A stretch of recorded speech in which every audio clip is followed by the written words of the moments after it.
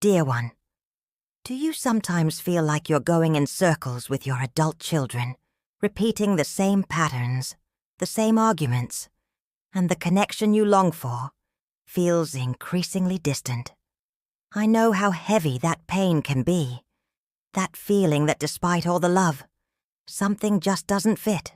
In this video, we're going to dive together into a path of not to change others but to transform yourself. You'll discover simple yet profound tools, inspired by Louise Hay's timeless wisdom, to calm your heart and rewrite the story of your relationships. Stay with me, and let's learn to release the anchors of the past and cultivate a garden of love and understanding. Because true harmony begins within us, and you'll leave here with a practical exercise that will help you release what no longer serves you and plant the seed for a lighter, happier future. Dear one, the foundation of any healthy relationship, especially with our adult children, is listening. But not just any listening.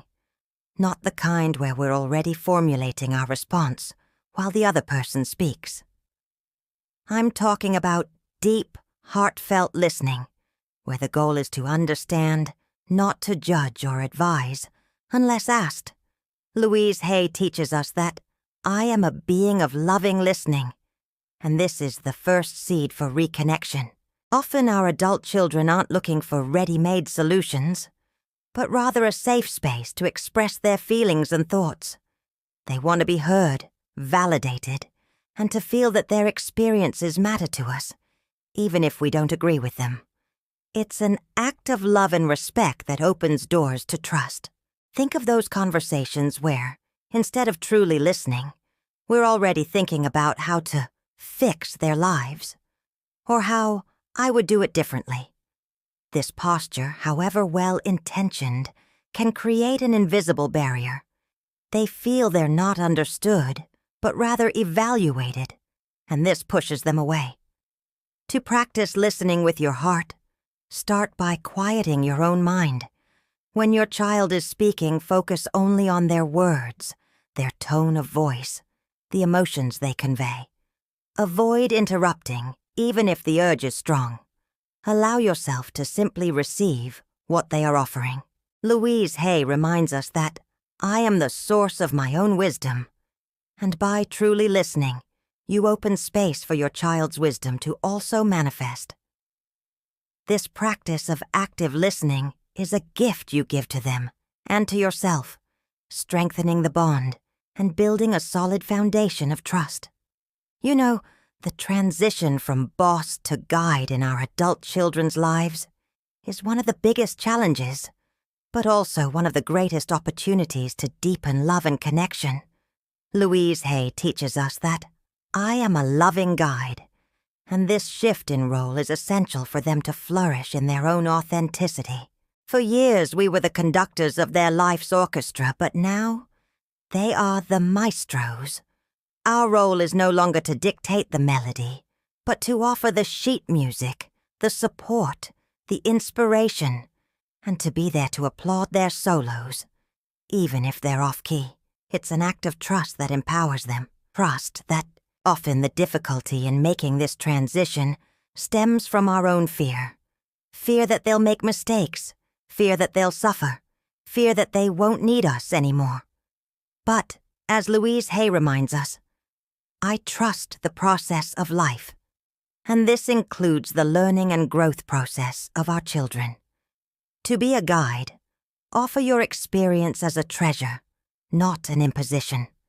Share your stories, your lessons learned, but always with the awareness that their path is unique. Be available for questions, but don't force them. Be a safe harbor, not an anchor. Allow yourself to say internally, I am healing. Each day, I feel more love. This affirmation will help you release the need for control and embrace the role of a guide, which is much lighter and more rewarding. This shift in perspective is a gift to both you and your child, making space for a relationship of mutual respect and admiration. You know, dear one of the biggest challenges in relationships with adult children is respecting boundaries. And here, Louise Hay invites us to a powerful inversion. The problem, often, isn't that your child doesn't respect your boundaries, but that you don't respect theirs. It's a truth that might sting a little, but it liberates us for a more authentic connection. Remember, I am the only power in my world, and that includes how I relate to others' boundaries. Think of common examples of overstepping, calling 5 times a day unnecessarily, showing up at their home unannounced, or even stalking them on social media, commenting on every post. These actions, however much they come from a place of love and concern, can be perceived as suffocating. Your adult child needs space to breathe, to build their own life, and to feel that their choices are respected. A case that perfectly illustrates this is the mother who had a key to her adult son's apartment. For her, it was a gesture of affection and security. For him, a constant invasion of privacy.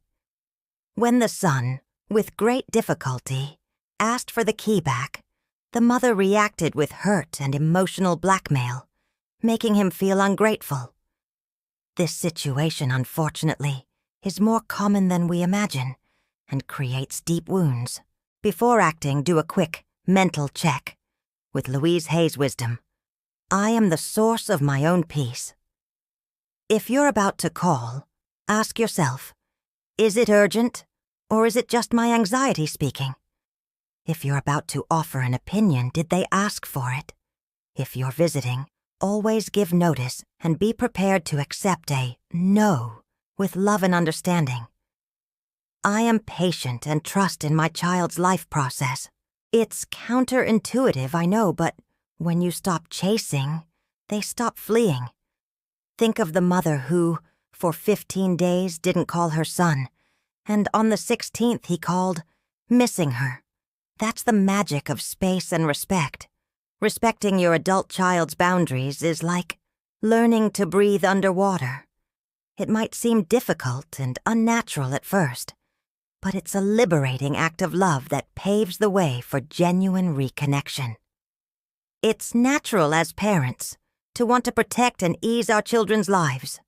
However, when we continue to solve all their problems, we are, without words, sending a subtle and painful message. You are incompetent. Louise Hay reminds us that each of us has immense inner power, and by taking away our children's opportunity to face their own challenges, we are hindering rather than strengthening. The difference between hindering and strengthening lies in your approach. Hindering is saying, leave it to me, I'll handle it. Strengthening is asking, how are you? What are you thinking of doing? How can I support you? It's allowing them to find their own solutions, even if that means stumbling a little. Remember, I am a source of support, not control. Consider the case of wealthy families who always cover their children's mistakes, pay off debts, save failing businesses. The result often is a dependent adult, lacking initiative, and who may even develop depression as they never had the chance to build their own resilience. Life, in its wisdom, presents us with challenges so we can grow and discover our own strength. When your adult